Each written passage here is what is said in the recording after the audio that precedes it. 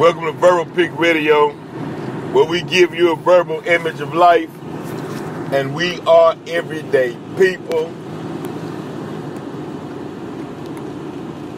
December 1st, 2016. Come check out Muhammad 2G live at the Island Spice Grill, located at 17802 West Little York Road, Houston, Texas, 77084. Check out, to give you a brief history of Muhammad 2G, going back to the 80s, all the way up to the 2000s. The Don't You Go Nowhere hit single did What You're Looking At for Whitney Houston, went platinum. So come out, share the experience, share the atmosphere and the energy of someone of a platinum artist. A lot of people haven't met. A lot of people been in music for a minute, but haven't went platinum. This brother did some platinum work, so come check out a platinum artist. On that note, I heard Minister Farrakhan the other day, and he was in Newark, New Jersey. And this is not the first time that I heard Brother Farrakhan. That's not the first time I heard him say this, but the minister said, watch the weather. And every time the minister says, watch the weather, man, it'd be a horrific storm, tornado, rain, snowstorm. So I'm monitoring it, and he said, watch the weather. And I turn on my television in Alabama, Louisiana, Tennessee, parts of the Carolinas all got hit with tornado, a deadly tornado. And in Tennessee, you had fire and rain at the same time, the tornadoes at the same time. And all of these slave-holding states, all of these states of the Confederate, all of these states that have brutal slavery, in Alabama, Mississippi, Tennessee, Louisiana, harsh conditions. But the tornadoes are just coming into those states and ripping them apart. And you have to ask yourself, is this divinely inspired? As a journalist, this question has to be asked. Or do you believe in a coincidence? And a lot of people say they don't believe in coincidence. Or that a coincidence only happens twice. So let's see. Is this divinely inspired? Or is it just a random coincidence that Brother Farrakhan will tell you as soon as I get through speaking, the winds, the rain are going to start whipping up. It's getting ready because he said God is not pleased with our behavior and he is upset at America. So I sit back, and next thing you know, tornadoes, floods, fires. It's just wreaking havoc, especially in these rural slave states or rural ex-slave states. But and as I'm watching the news, at first they showed the officer that killed Darrell Scott, Carolina. Carolina. I'm watching that, and then right behind it, it showed how tornadoes touched down from Louisiana all the way up to the Carolinas. Now, the white guy that shot Darrell Scott, he got off, but he didn't get off. You still got universal law, you got karmatic law. He still have to deal with that. I mean, he would never be able to live in peace the rest of his days. Actually, he would be an outcast. He would be ostracized and almost like a zombie. You know, now, his comfort is the fact that you have a system that dedicated towards him. Like my partner says, for a woman, he got the complexion for the protection. So, majority of them understand, especially white police officers, they understand that if I do not leave a witness, meaning if the person that I shoot dies, whether it's on camera or not, once it becomes my word against his word, they'll choose me every time. I mean, you shoot a man in the back that's running from you, then drop what appears to be a taser, we know it's a taser, right alongside of it, and they come back with not guilty. But it's a game too, though, because it's a game. And the reason why it's a game is because some of these black lawyers, they know what to try for. But when you hear what they're going to, their defense is, they don't challenge the defense. You hear the defense and you saying, well you can't find a conviction on some of these things because the evidence wouldn't add up. Example, why would you go murder when it was when you can't prove that it was intentional? Why not go manslaughter and you can prove that due to the officer's negligence, he was killed? Why?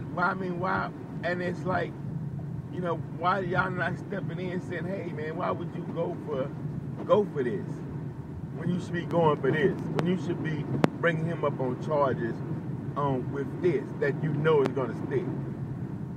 Stop going for hell. We know the game. Don't go for a murder charge. Go for a neglection of duty. Go for a careless neglection of duty that led up to death, and he'll get 3 years. Because in these officers shooting of unarmed black men, we had 3 years is good. On a murder, when it comes to a black man, hell, a year, 6 months, they walking out with nothing.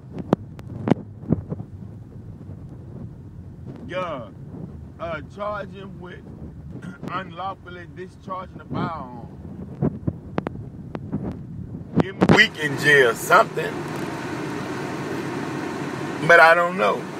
So, but then what usually happens, especially in Carolina, all of a sudden the storm starts brewing. Goes through there, rip up a little town,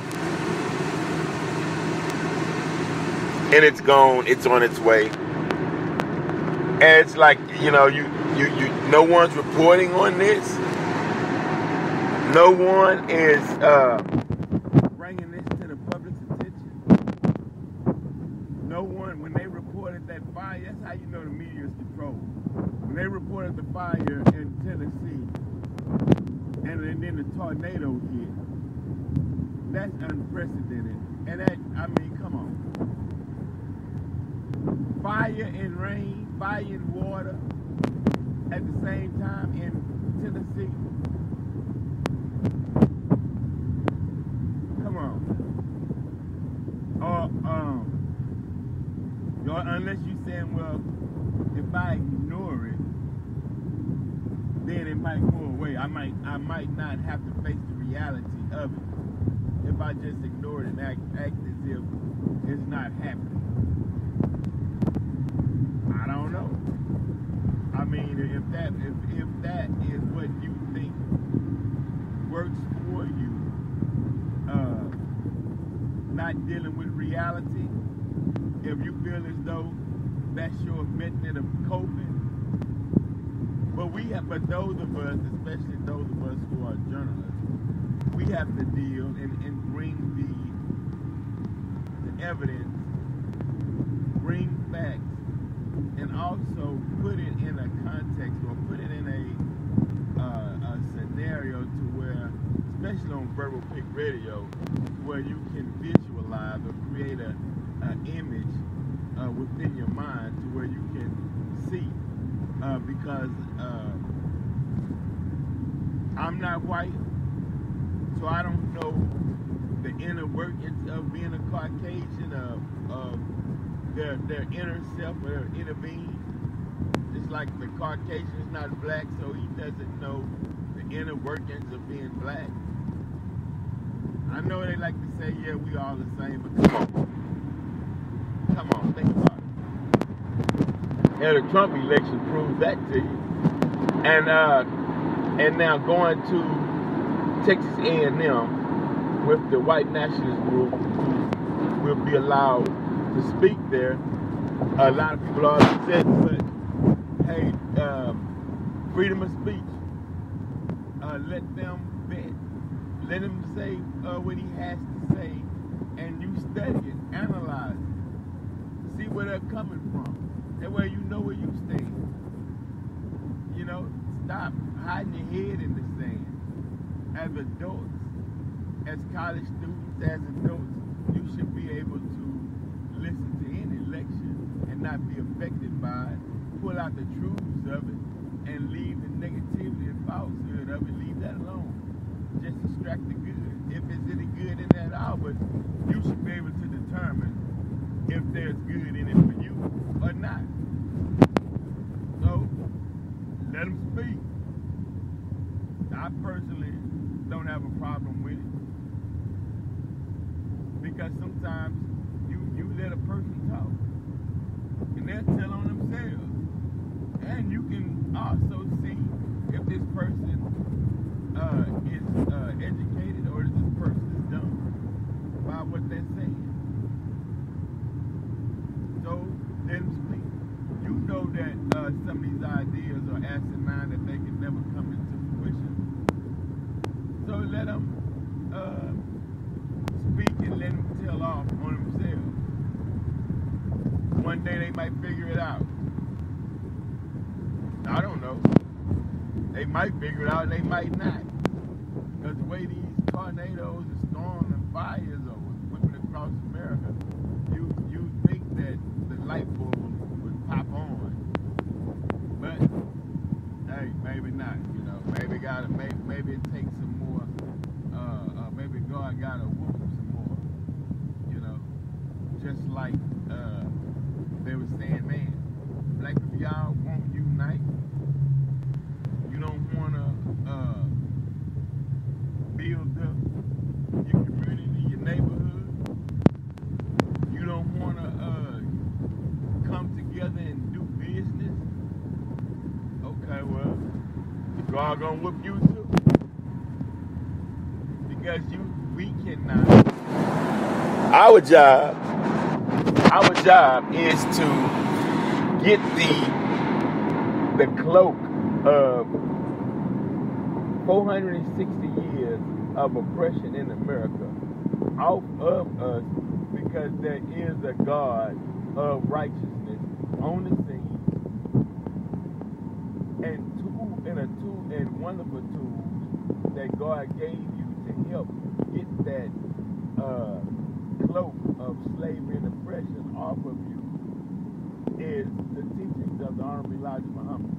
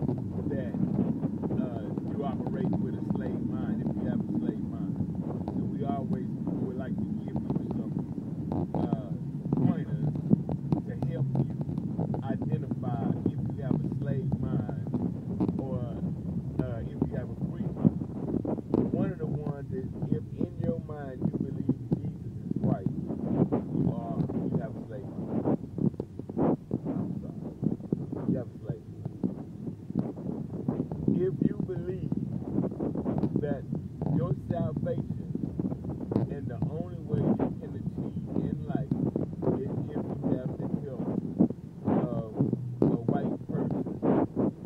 You have a slave mind. If you think white people's ice is colder than a black person's ice at a store, then you have a slave mind.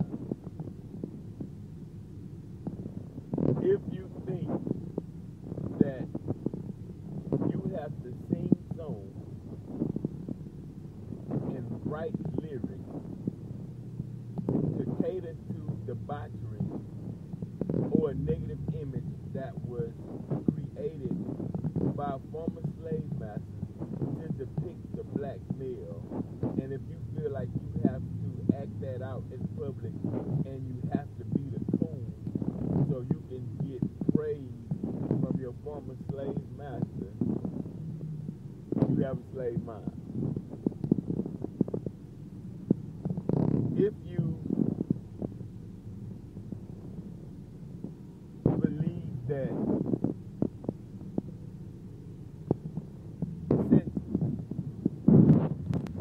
white folks said that you should stay away from the Nation of Islam, and you stay away from the Nation of Islam because they told you have a slave mind. If you're not talking about the unification of black people, because the unification of black people will heal the mind of black people and heal this land. If you're not on that vision or consciousness, you have a slave mind. I mean, I'm just sorry to tell you. Wake up and get out of the slave mind. Or slave mind in 2016 is actually embarrassing. You're embarrassing yourself with all this technology, the internet, and you can post and things you can get out there and build. If you waiting for white folks' permission, you have a slave mind. Now, how do you, or what use, or are you functioning illiterate with the slave mind? Meaning, what effect does a person with a slave mind have on society? Well, one is the fact that by being outdated, you are growth that's pulling back progress. You are the one who is outdated, and if it's more than a million with the slave mind, then you will create your own slave-minded village, slave-minded religion. You all would gather together and do slave-minded things, and then you will point the finger and agitate those blacks who have a free mind. And that's where the problem begins. So if you don't know where to start or what to read to get rid of a slave mind, start with Mission to the Black Man, any book by Elijah Muhammad, The Theology of Time, and free your mind, and the rest will follow, as the song says. Oh, Black, I'm out, Verbal Pick Radio. Join us tonight, Island Spice Cafe, 17802, West New York Road, Houston, Texas, 77084. We out.